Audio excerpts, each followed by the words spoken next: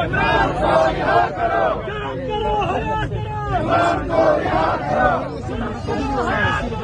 अवामी ने तकलीफ, जानानी ने तकलीफ, तब जमोस्ता बांधी नुकसानदेही।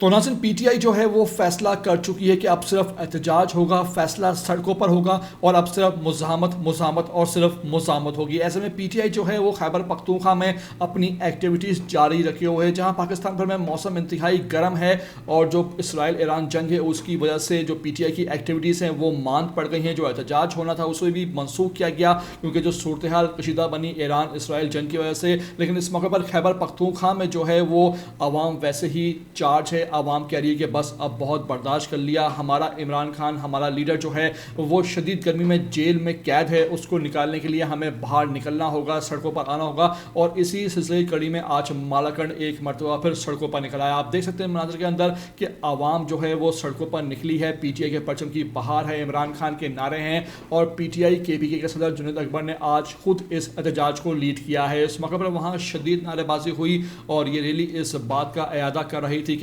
पीटीआई के साथ केपीके खड़ा हुआ है। केपीके जब भी इमरान खान कॉल देगा निकलेगा और फिर इमरान खान की रिहाई जो है वो अमल में लाई जाएगी। मेरी आपसे रिक्वेस्ट है कि इस मुकम्मल वीडियो को आखिर तक देख लीजिएगा कि किस तरह आज लोग निकले हैं, किस तरह एहतजाज हुआ है और कितनी बड़ी तादाद में रैली आज केपीके मालाकंड में मुनक्कद की गई है। आपसे रिक्वेस्ट है पहली बार आए हो वीडियो पर तो आखिर तक देख लिया करो, नए आते हो चैनल पर तो लाजमी इसको आप सब्सक्राइब करो, लाइक करो, शेयर करो और कमेंट करके मुझे अपनी कीमती आरा से लाजमी आगाह भी किया करो।